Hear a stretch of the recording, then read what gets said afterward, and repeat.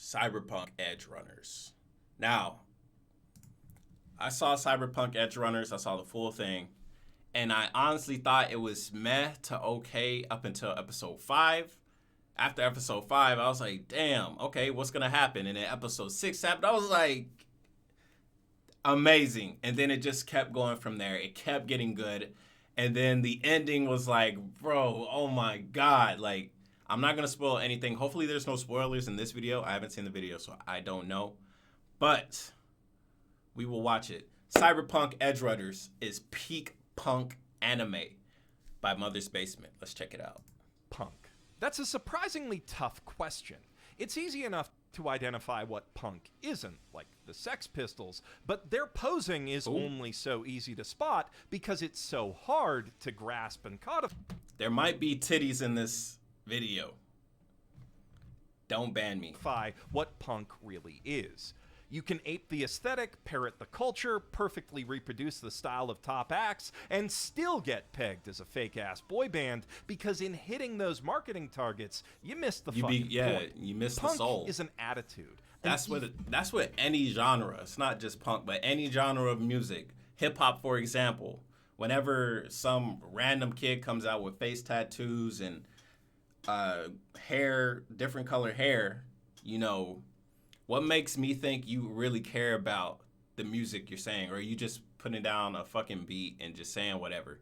And putting down a beat and saying whatever can make you successful for a while anyway. And then you just eventually run out of juice or you never get started.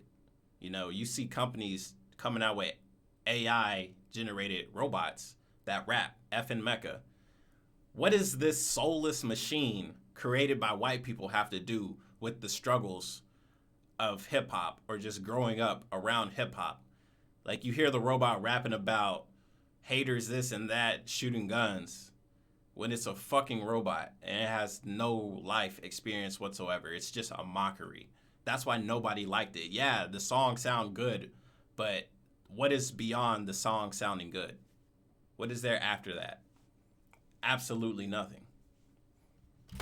It is the hot, passionate sound of the human spirit screaming out against a cold, uncaring world that would constrain and commodify it. And in the world of anime, nobody embodies that ethos better than Hiroyuki Imaishi and Studio Trigger. It comes through in their heroes who spit in the face of authority and in their bold, experimental style that flies in the face of conventional animation standards. There is no anime team or artist, period, better equipped to put the punk back in Cyberpunk than Trigger. So I went into their new Netflix original. This animation, like literally from episode 1 to 5, when I was like, man, it's all right. The one thing kept me going really was the animation in the world. I want to see how they incorporate the world of Cyberpunk. And they did a really good job. Cyberpunk Edgerunners with my expectations sky high, and it still blew them out of the water. Here's why. After this word from our Corpo sponsor, GX, man, Twitter, yeah. That's awesome.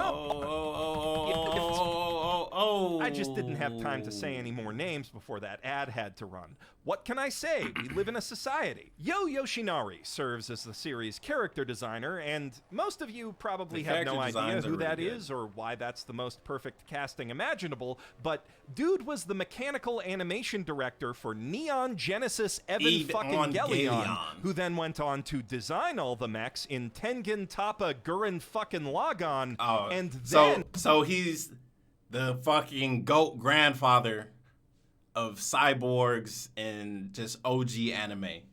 He created Little Witch Academia along with all of its incredible characters, which is all extremely relevant experience for creating a grungy undercity full of badass, blinged out cyborgs. Thanks to his talents and those of assistant character designers Yuto Kaneko and Yusuke Yoshigaki, literally every background character and random bloodbag goon in this entire show manages to be memorable and interesting in their own way. And the violence the series exacts upon and with those memorable, interesting human weapons. That's one thing I will say about this anime. It is way too short, in my opinion. Like this scene, or is it right after this scene? So in this episode or this scene, they're talking about this is what we're gonna do to get this job done. And it's one of those, they're saying what's gonna happen, but it's already happening.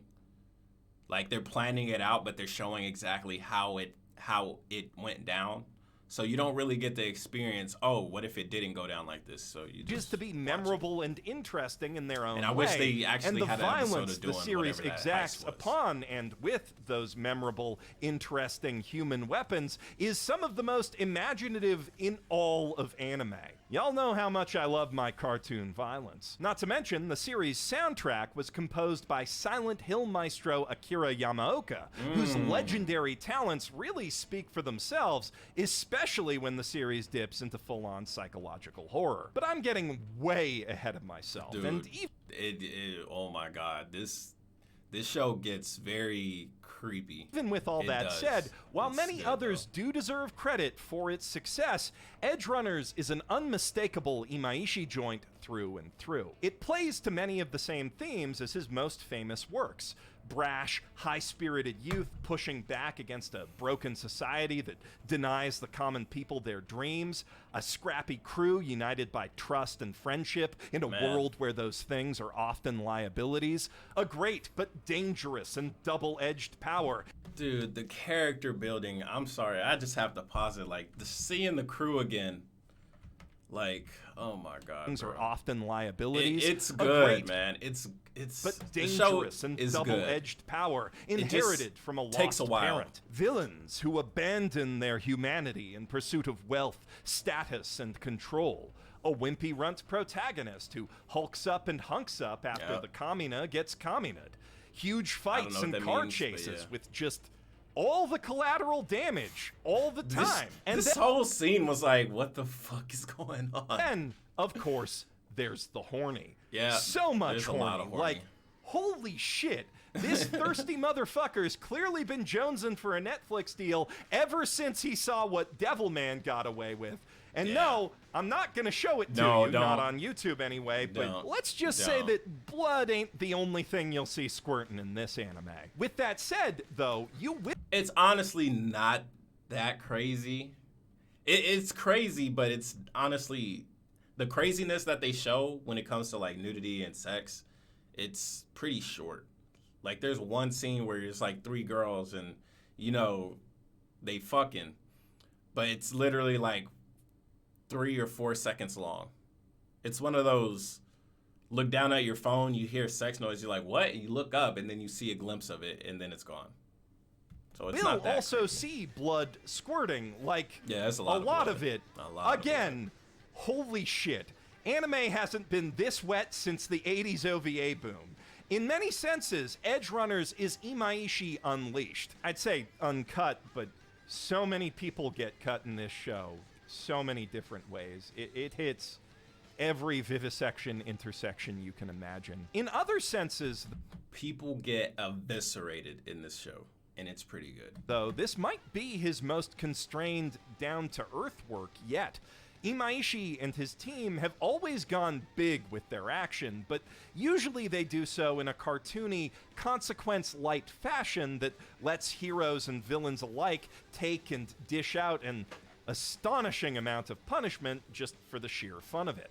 And this heightened reality serves to complement his work's generally upbeat tone and optimistic outlook. At the end of the day, despite facing often literally astronomical odds, his heroes all get to save the day and fix the world and live mostly happily ever after. That ain't in this show. And junk. Nope. His works are all comedies in the modern and classical sense of the word. Cyberpunk's setting doesn't really allow for that sort of outcome, though. And not just in the sense that it would be a massive retcon, since this is a prequel to Cyberpunk 2077 set in 2076, and, that civilization still exists then. Citizens of Night City, even special and talented ones, simply don't have the power, fire or otherwise, to score anything more than Pyrrhic victories against the megacorps. The corporate grip on human civilization is unyielding and absolute in this world. But with so many people to govern, so few of whom help their bottom line, the cracks in that civilization have been allowed to yawn as wide as chasms, leaving plenty of room for the savvy and talented to make a life for themselves within them and even hang on to it for a good while, so long as they know to keep their heads down. Which, of course, has never been a strong suit of Imaishi's protagonists. In fact, if you asked most of them to keep their heads down, they'd start jumping out of spite and maybe even yell, "You can't tell me what to do, fuckers!" Thus, an Imaishi story set in Night City could only ever really be one thing: a tragedy. And in keeping with that, while the action stays hilariously over the top throughout, enabled by all that hardcore cybernetic hardware, the consequences of that action are now commensurate and constant. Yes. Like someone suddenly switched God mode off in your typical Looney Tune. Please do not get mad at me for spoiling you by saying that tragedy thing, by the way. The opening of this show literally closes on the main character getting shot in the face by a man made of skyscrapers. Edgerunners is not subtle about where it's going or what it's about. Though I never saw the intro, I always skipped it, so I didn't even know that was a thing, but yeah. What is subtle is how that same opening carefully edits down Franz Ferdinand's "This Fire" to remove all references to burning down the city, because that simply isn't an option for these characters, which of course leaves only the singer himself to be burned up by the fire inside. This anime has a lot of subtle layers like that. Plot beats that carry extra meaning if you get the reference are a signature of Trigger's style, after all. And that does leave me feeling like I might have missed a lot by not yet having played Cyberpunk 2077. You ain't missing out, homie. You ain't missing out. 77, but I didn't feel... This show is better than the game in almost every way.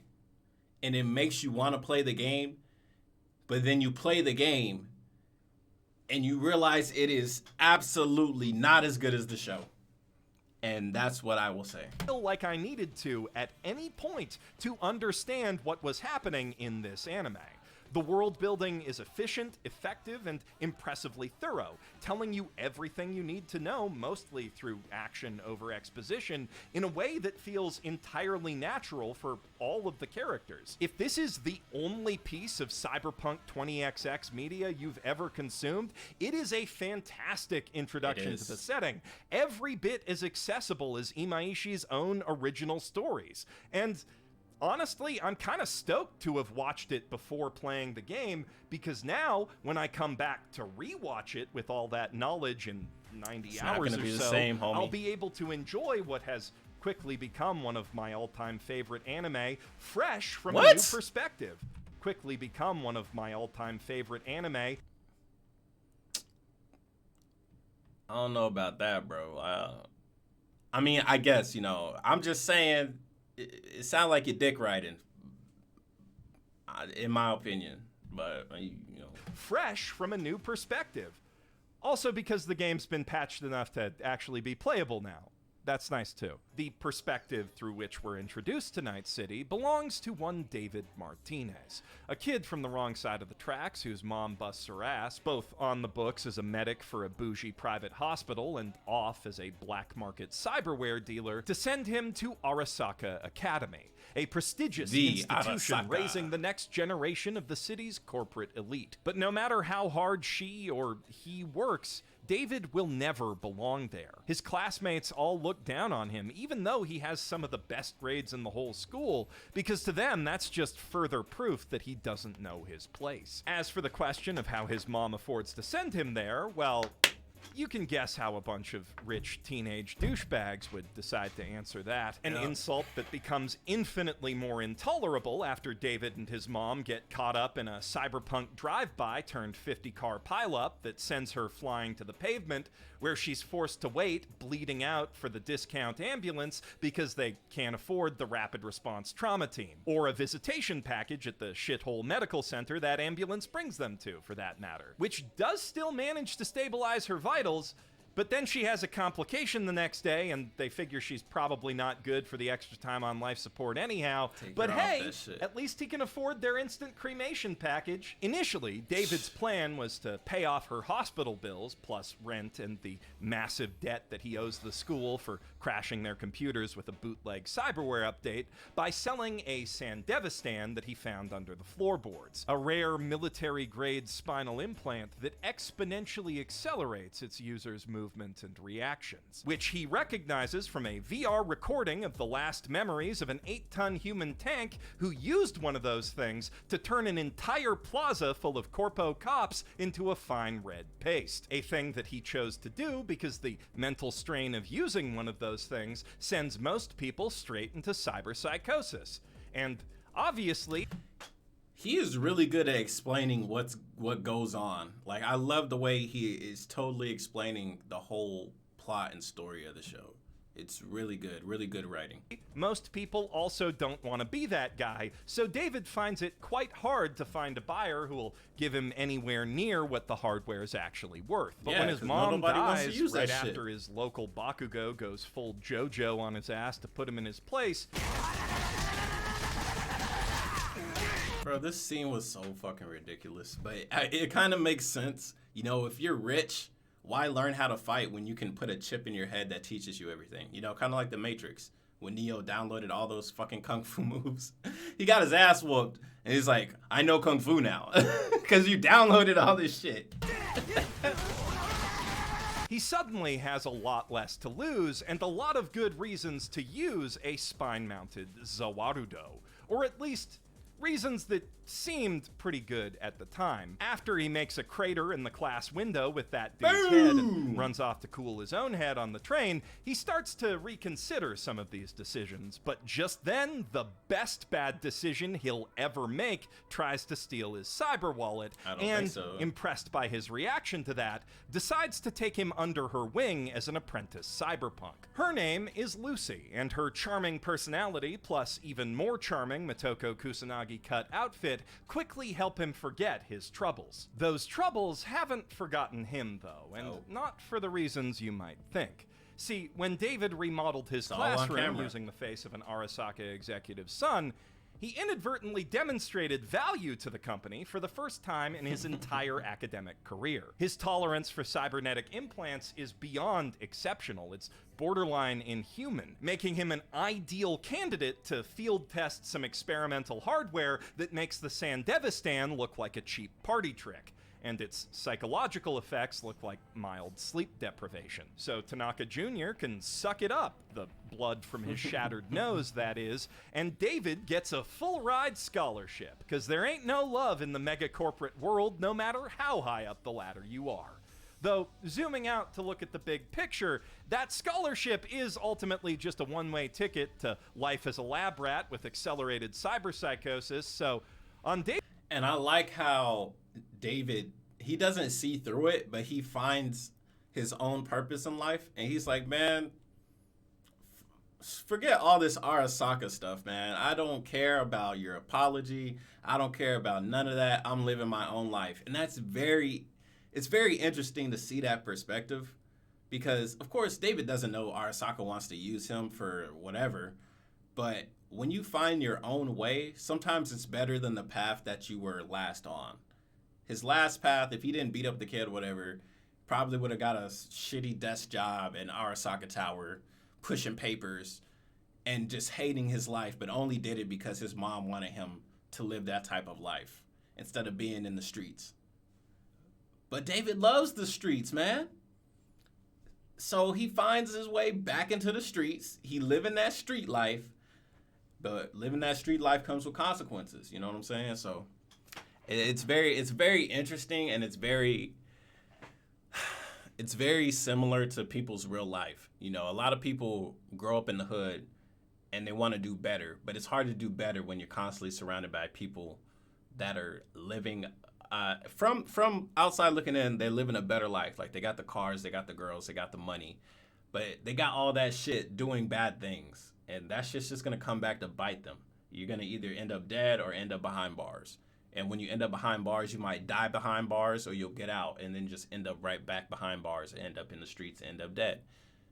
So, I mean, it's like choose your own poison. Do you want to end up in jail doing street shit? Or do you want to end up behind a desk just losing your life, not doing shit that it doesn't fulfill you? You're just doing it because it's a job. I don't know. That's why I found my own path. David's part, rejecting that path to follow one that literally everyone in the whole show warns him will lead to gradual cyberpsychosis and or an early loud death. Everyone told him this was going to happen. And his response is, I'm special.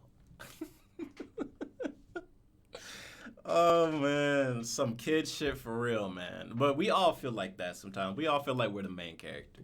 Even with his tolerance, was about the best call he possibly could have made, actually. Certainly it's the best one for us in the audience, since the path of the Edgerunner takes David through some of the craziest action scenes ever animated. From racing down the highway ass first on a hospital gurney, which was all right, not a crazy. Chill, dog. Chase and set piece in this anime is utterly insane and inspired in the best possible way. Of course, Dave's Sandevistan takes center stage in most of them, and the way his time-bending powers are portrayed, both from his perspective, where he leaves a trail of psychedelic keyframes behind him as he moves, and that of outside observers who only really see him zipping around, is utterly brilliant and endlessly enjoyable to watch in motion. But the crew Lucy pulls him into... It's really good, man. Like, my favorite powers are teleportation and super speed, right? Which can be interchangeable depending on how the teleportation works. Whether it's like Nightcrawler or it's like the movie Jumper that leaves like a little portal so people can follow you. It all depends, right? But to see the super speed be like, okay, I perceive everything as slower than me and I'm just going. That, I love that, man. It's so awesome. But like the consequences of using the Sandevistan, it's dope. It's like, it's a reminder. Yeah, you got this power, bro, but it's killing you. So you could train and get stronger so you can use it better. You might just go over the edge and it's like, oh my God, it's so good. I love that. That's like the most enjoyment I have with this show. Is full of almost equally impressive and creatively realized half-human killing machines. She doesn't do much fighting herself. As a netrunner, her job is mostly to support the combat unit by hacking through security systems. I love how they made it like the game. But she can hold her own in a pinch with her wireless digital hacking abilities. Not to mention her wired analog hacking abilities. At the time David joins up, she's still mostly serving as a backup for the squad's main netrunner, a skilled veteran named Kiwi, even though her natural aptitude for hacking might even exceed David's own affinity for cyberware. The crew is led on and off the battlefield by he's not gonna go through the whole... a heaping hulking bear of a man who bears a notable resemblance to Final Fantasy's Barret, except his gun arm still works as an actual arm and packs a much bigger punch. Speaking euphemistically and literally. The man is a walking wall of death, laying waste to all unlucky enough to cross his path. He also, coincidentally, happened to be a very good friend of Gloria Martinez, and thus takes a very quick shine to her son. So, scary as he is, from David's perspective, he's practically a father, and in between all the brutality, he even gives the boy some fatherly advice about girls and junk. Main's right hand and main squeeze is Dorio, a wall of a woman in her own right and damn near as deadly, who uses her cybernetic enhancements to augment her natural talents as a boxer. She may not have any guns hidden in her guns, but she sure can air juggle dudes and punch their heads clean off, so it's pretty much the same difference. In contrast, Falco, the squad's driver, is quite the cool customer, and while he too can hold his own in a fight, not to mention an exchange of witty banter. Where he really shines is, of course, on the road, in the show's smattering of high-octane car chases. This dude is Rounding a good driver. out the crew is Pilar, a handsy weirdo with weirdo hands who uses them to do party tricks about as often as kill folks. Dude's a fucking animal in the best and worst sense of the word, and that goes double for his sister, Rebecca. Best girl. A hard-drinking short stack with a heart of gold and eventually massive robot boxing mitts who's just the absolute fucking best in every possible way, honestly. You can tell these two were some of Imaishi's favorites on account of how good they are at his favorite gesture. Not to mention making murder look good, which is also something the whole cast is good at, but especially Rebecca. Oh it my is just God. so fun watching her tear shit up. The contrast of cuteness to carnage is simply perfect. But there's a lot more to her character than just bratty badassery. Becca is also just a great friend to the whole crew, but to David especially. Probably his best one in the world. Well, I mean...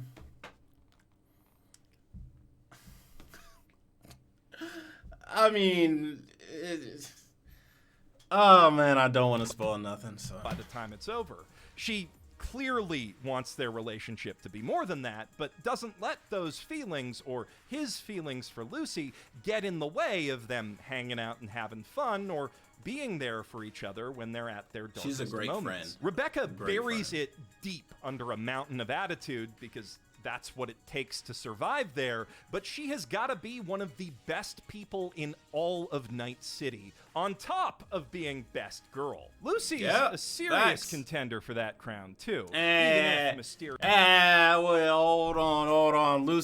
She's all right, okay? But let's not act like she didn't manipulate our boy from the get-go. Don't act like she didn't use him from the start, okay? Fuck that. Yeah, she got better in the end. But fuck that. No. Rebecca. That's it. Serious and sexy ain't your thing. It's easy to see what David sees in her, at least. And their chemistry is undeniable from the first moment they speak. Their relationship hits its share of roadblocks along the way, of course. Wouldn't be interesting otherwise. But one look at these two crazy kids is all you need to know that they were meant to be. Because in spite of all the shit that they've both gone through all their lives, they've still somehow managed to keep at least a piece of their young hearts pure. In Lucy's case, that piece is her dream. To escape the bonds of this broken world, bask in an unfiltered sun, and build a new life for herself on the moon. A dream that she shares with David and David alone via VR in one of the show's most beautiful scenes. For David, that piece holds his capacity to care for and believe in others even when everyone else has given up on them, including themselves. He's not a dreamer himself. His life so far has thoroughly discouraged him from even imagining a better future. But for precisely that reason, he's the type to put it all on the line for the dreams of those he loves. And while the beautiful spark between them is but a prelude to the inevitable blaze, which proves to be one of the most glorious things Trigger's ever animated, it still shines bright amid Night City's darkness while it does last. Every fleeting moment of love that we see in the series, be it familial, romantic, or platonic, shines in that same way, until it's snuffed out. Which they all are eventually, because as far as the city's owners are concerned, anything you can't fit on a balance sheet is irrelevant and expendable. Ironically, that very attitude might well be the root of one of the city's greatest operating expenses. NCPD Max Tax squads are SWAT teams on steroids, and the city pays out the wazoo to train and arm them with the latest and greatest military toys, because they're the only force in the city, aside from Arasaka Private Security, that can reliably take down cyber psychos. That is, cyborgs whose sense of empathy, grip on reality, or both has been completely irreversibly fried by their implants, which they usually have a lot of very dangerous ones of by the time they reach that point, making them a grave threat to life and, far more importantly, property. Well, they say it's irreversible. That's wild. More important than life, property. Yeah. Importantly, property. If you let it get to that point. They say it's irreversible, that there's no coming back once you're over that edge. But over the course of this anime, we spend a fair amount of time inside the head of more than one cyber psycho, and on more than one occasion, we do see them return to themselves, briefly. Albeit briefly and before too late. Briefly. Simply because someone they care for was able to reach out to them in their darkest moment. And in the moments before that, as we see them losing themselves to glitchy, surreal animation effects and directing tricks that challenge our own grip on what's actually happening, the scenes and sights they lose themselves in are quite telling. Vivid memories of past trauma intrude on their waking world. Familiar faces are papered over by manifestations of their deepest fears. In a bid to hold on, they desperately cling to past memories of joy or triumph now long gone, but those ultimately only pull them further away from the present. What this implies to me is that... Man, I loved it. I love seeing inside of the head of the cyber psycho. It's just them. And then whenever somebody's around that's a threat, it's just a shadow. And then their instinct is just kill it. But then if they hear somebody that they love, it's like, okay, I'm here. But with so much stress that's going on, it's like it's hard to see the difference. Oh my God, man. Like, I'm telling you, like all the way up to episode 5, it's like it's all right. It's fine. Mostly episode 1 to, I believe, 3, and it's like whatever. And then when you meet the crew, it gets better. But then up to episode 5, that's when it's like, okay, I got to see what happens next. And then you see the next episode, and then it's like, I thought I was gonna go to bed, but I'm staying up to see the rest of this shit. The compounding trauma of simply living in a society that doesn't value human life, of searching for compassion in a city almost void of it, that is the real fuel that cyberpsychosis burns on. The implants are just an accelerant, amplifying mental health issues that were already there. Issues that likely could be addressed in more effective, far less costly ways than a massive shootout, but won't be ever, because that would require people with decision-making power to recognize that a system which has always worked for them doesn't work for anyone else. Yeah, no shit. So everyone else can either try to live within that system until it quietly crushes them, or fight it with everything they have. Exactly, bruh. Exactly what I was saying, bruh. Either you live in the system or you don't, and you get crushed. Oh, well, luckily, the way the society is now, you can make it outside of just living in the system. Even though these outside sources like Twitch and YouTube are slowly becoming more, like the more corporations start funding it, and the more that the site itself turns into a corporate machine.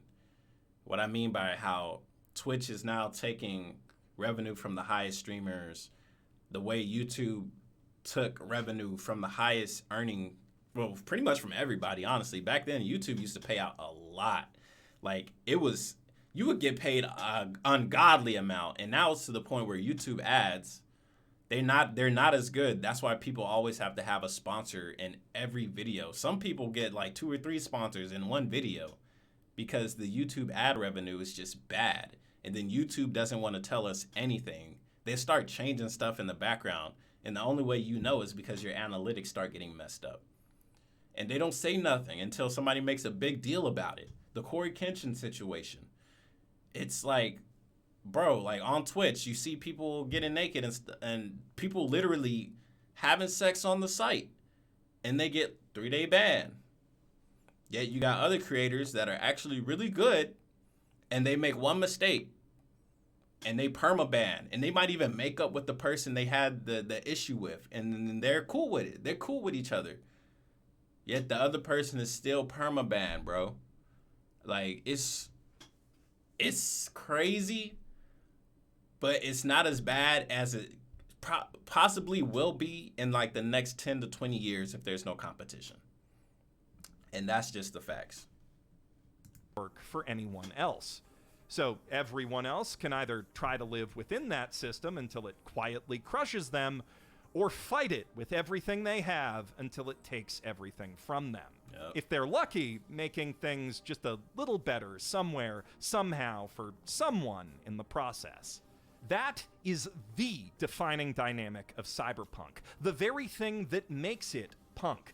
Defiance, even in the face of utter futility. And anyone familiar with Trigger's filmography could have told you that they'd knock the defiant part of that out of the park, but by leaning into that futility and away from Imaishi's trademark optimism, by warning us up front that this one's gonna hurt and then twisting the knife at every opportunity, they have made not just their best anime yet, but one of the finest pieces of cyberpunk fiction in existence, period. I'm Jeff Thu, professional... Well, I mean, I'll say that because there's only so many cyberpunk anime, because anime is leaning more towards, magical stuff. There was like a superhero trend for a while, so, I mean, yeah.